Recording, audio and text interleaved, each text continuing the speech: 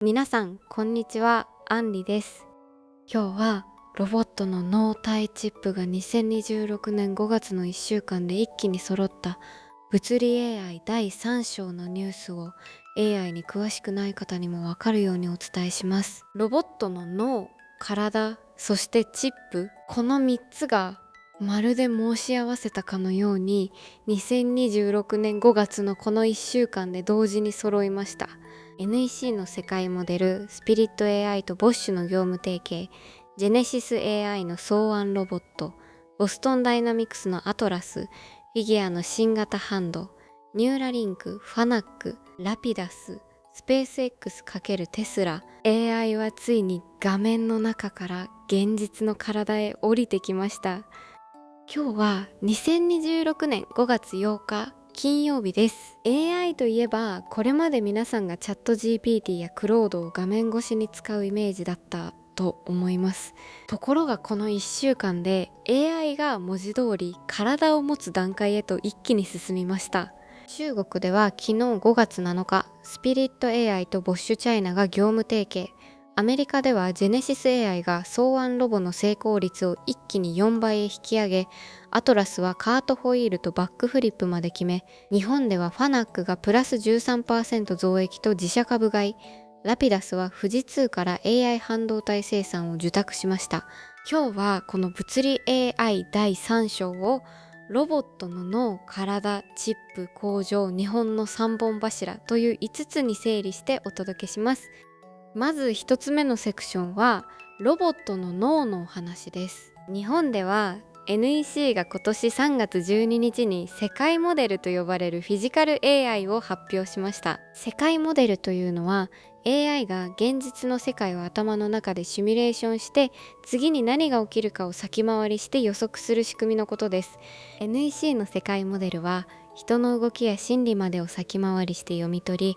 ロボットがぶつかりそうになる前に不安を高めない動きで先回り制御するという設計になっています。これは CS2026 がフィジカル AI 元年と打ち出した流れをまさに裏打ちする技術です。安川電機やファナックと並ぶ国産物理 AI の代表例と言っていいでしょう。一方、海の向こう中国では昨日5月7日、スピリット AI 中国名先進知能とボッシュチャイナがロボットの汎用脳で業務提携を結びました。スピリット AI が持つ VLA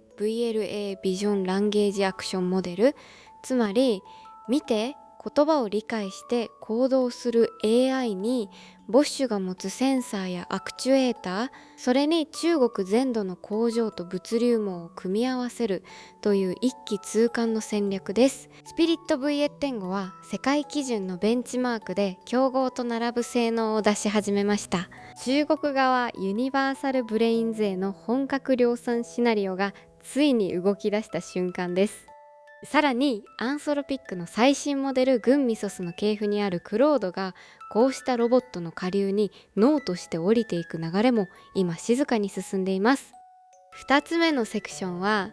ロボットの体のお話です。脳ができても体が動かなければ意味がありません。ところがその体の方もこの1週間で一気に世代交代しました。まずジェネシス AI が発表したジーン 26.5、 これは 54DOF54 度、つまり54の関節を持つ草案ヒューマノイドロボットです。注目すべきは長時間にわたる複雑なタスクの成功率が 16.6% から 65.6% へとおよそ4倍に跳ね上がったことです。これは物理 AI ロボットの成功率の節目と言っていい数字です。次にボストンダイナミクス、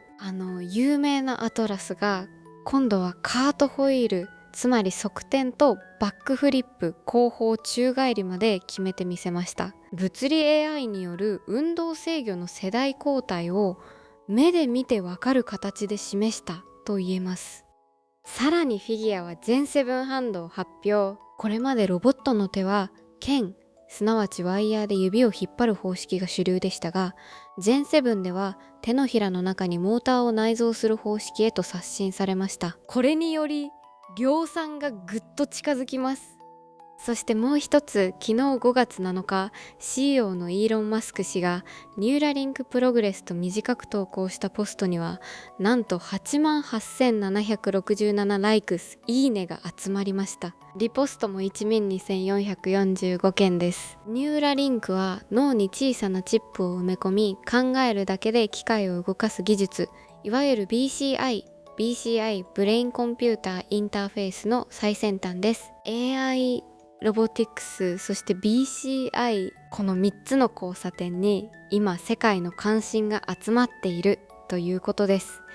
3つ目のセクションはロボットのチップのお話です。脳と体を動かすにはそれを高速で計算する半導体、つまりチップがいります。ここでも日米で大きな動きがありました。日本では今年4月11日、ラピダスが富士通から AI 半導体の生産を受託すると発表されました。さらにネド新エネルギー産業技術総合開発機構が2026年度のラピダス関連計画として631.5億円を承認しました。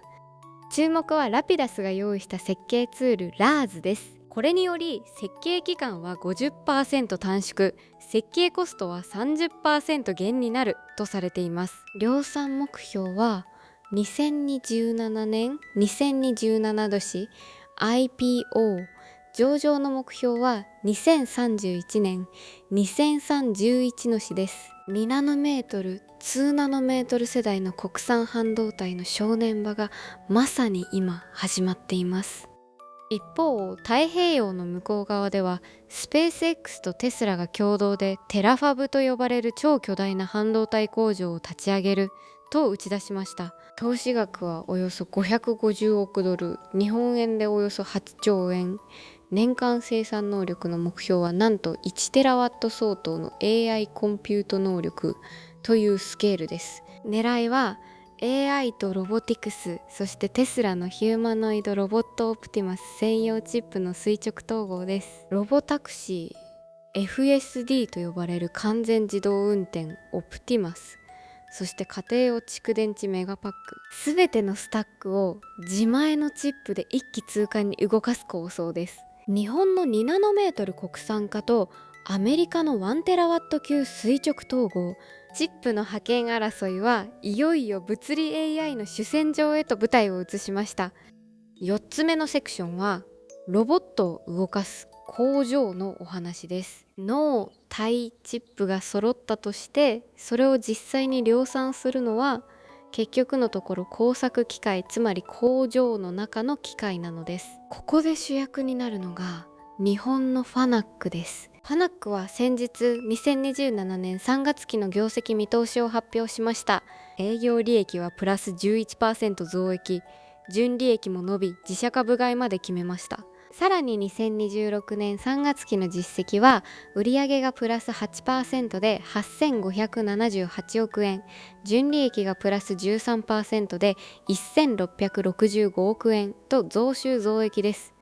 背景にあるのは中国を中心とした AI 関連投資、そしてヒューマノイドロボット向けの工作機械需要の急増です。ロボットを作るための部品を削り出す機械、つまりロボットを作るロボットが今中国の工場で爆発的に売れているということです。ファナックの株価は先日4月27日に日経平均株価が初の6万円突破を果たしたその立役者の一社でもあります。フィジカル AI 相場の起点となった銘柄と言ってもいいでしょう。皆さんがニュースで日経平均が6万円を超えたと耳にした時、その裏側ではこうしたロボット向け工作機械の需要が世界中で動いていたということなのです。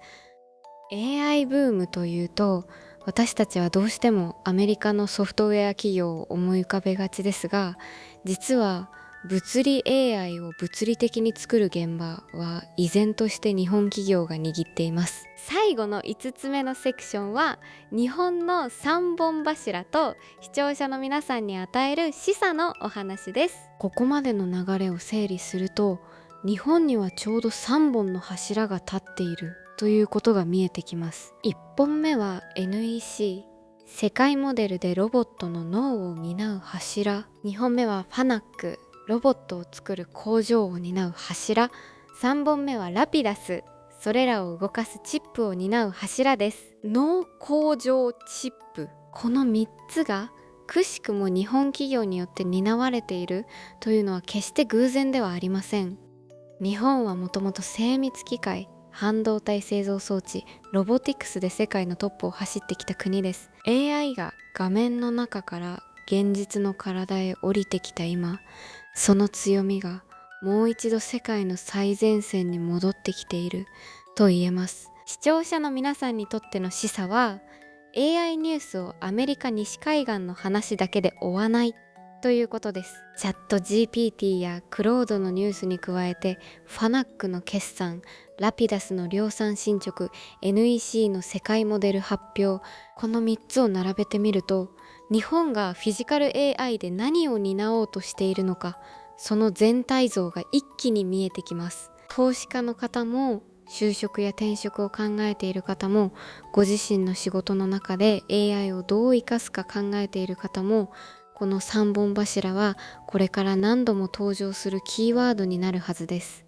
今日の内容をまとめます。2026年5月、ロボットの脳、体、チップが一気に揃いました。NEC の世界モデルとスピリット AI× ボッシュが脳を、ジェネシス AI、アトラス、フィギュア、ニューラリンクが体を、ラピダス×富士通とスペース X× テスラ、テラファブがチップを、ファナックが工場を担います。 AI はもはや画面の中だけのものではありません。現実の体に降りてきた AI、それが物理 AI 第3章です。皆さんもニュースを見るときには、これは画面の中の話か現実の体に降りた話かという視点で見てみてください。世界の風景が少し違って見えてくるはずです。今日のニュースでこれは気になると思ったトピックがあれば、ぜひコメント欄で教えてください。皆さんの関心が高いテーマは次の動画で深掘りしていきます。チャンネル登録と通知ベルをオンにしていただければ、